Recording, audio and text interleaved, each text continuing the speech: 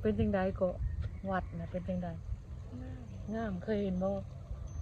เคยมาครั้งแรกงามอันนี้เนาะมีพญานาคสวย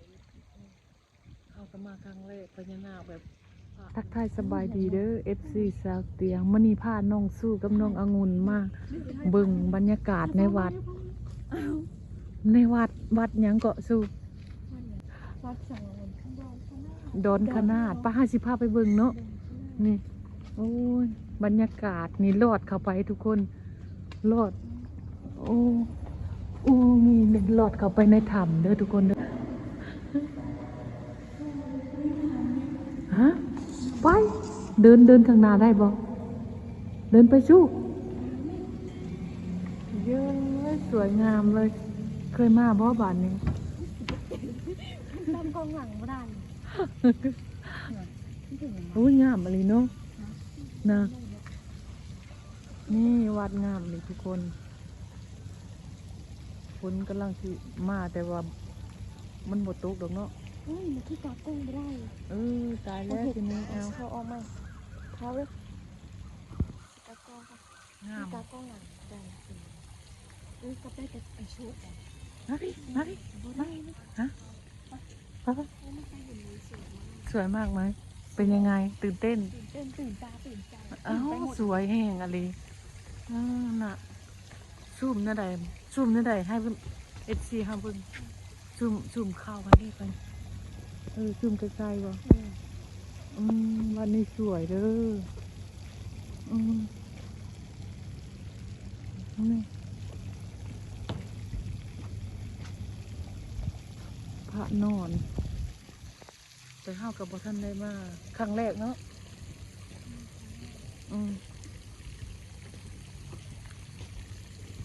ให้เบิ่งบรรยากาศเด้อทุกคนนี่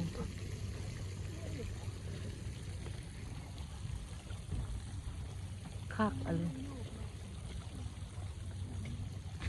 เข้าไปใกล้ๆพระอันนั้นได้บ่ไปบ่ได้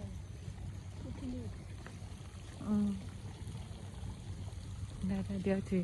ไปให้เบิ่งใกล้ๆเนาะทุกคนวัดนี่สะเตียงกับบ่ค่อยได้มาเนาะ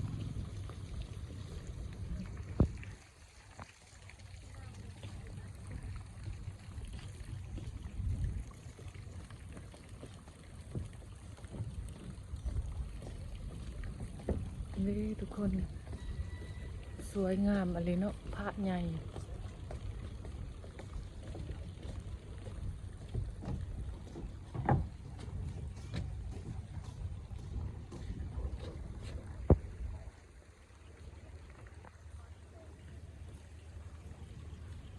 วัดดอนคานาดทุกคน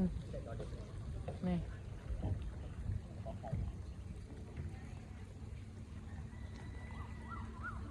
งามเลยย่ำมาแรง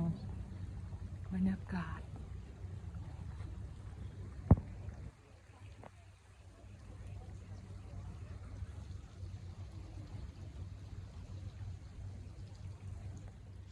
จะถ่ายวิดีโอให้บรรยากาศยังไงนะบรรยากาศดีได้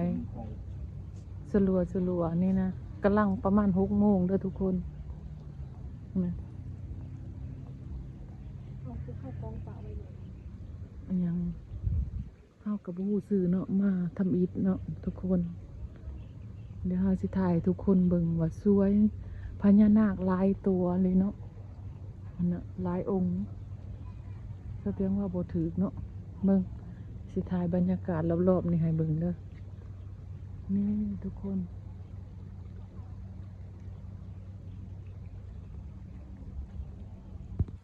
สเตียงสิย้อนมานี่สเตียงสิให้เบิ่งเด้อเพิ่นมาถวายน้ำแดงเองนี่แหละไงตรงนี้เนาะ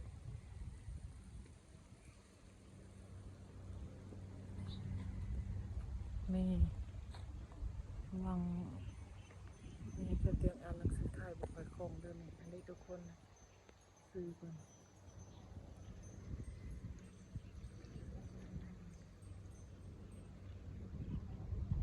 ได้อย่าไล่ตาเด้อได้สองพี่น้องนะ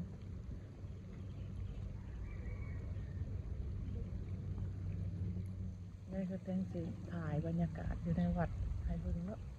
แล้วมาสัมภาษณ์ร้านก่อนเป็นจังใดก็วัดนะเป็นจังใด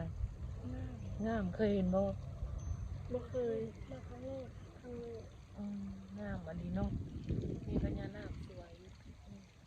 เขาก็มาครั้งแรกพญานาคแบบพระเพิ่นนอนก็เห็นเนาะภูมิตั้งหลังเขาบ่เคยอันนี้ปะเฮายัง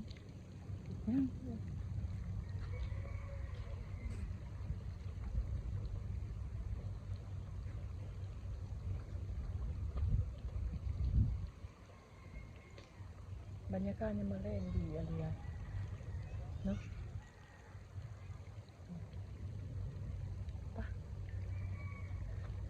ไปยัง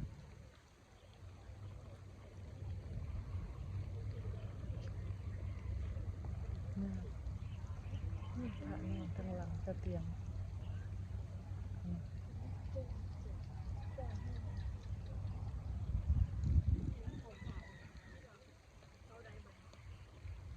ได้ว้าวเลยได้ เห็นน้ำหอมขาว โอ้ยหอมกระโดดเนาะเฮฟซีบใส่เด้อจะเดินมาหนาบใส่มากตอนนี้ก็ให้สองพี่น้องเพิ่นเบิ่งอันนั้นเสร็จแล้วนี่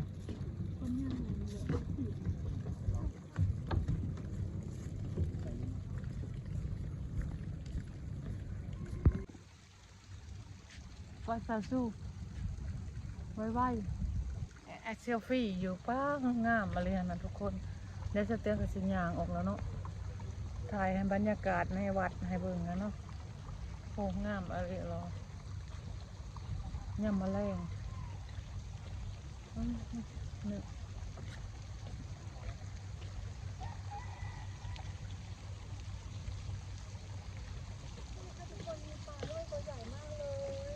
ใช้ปลา มาดูปลาโอ้ขาวแท้ ขาวอะไร มาดู เนาะ ปลานะคะทุกคน ปลามองบ่เห็นแล้วมันมืดเห็นอยู่นี่ไง สีทองดำมาก สีทองปลาท ตั อ ว ง ใหญ่มาก เห็นไหมปลาสวยนะปลาสวยเห็นไหม นี่ของ นู่น นี่อาปลาอยู่กระปุกกระป๋องอยู่ใกล้เจ้าเลยนะ อืม หอมมากเลยเห็นมาก อืม ลงเสือแรงมังกร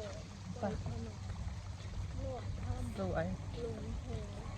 แรงมังกร นี่วัดโดนขนาดเนาะนี่เฮาสิออกทำแล้วเด้อทุกคน นี่ออกไปทำแล้วน้องสู้ฮะไปได้รอดทำเอ้าเสียงกล้องเลยบัดนี้มืดตื้อๆบ่มีไฟออกไปทำแล้วรถทำว้ายสว่างแล้ว ไก่บ่ ฮะ กาแฟ นะอันนี้ก็งามเลยนี่นะ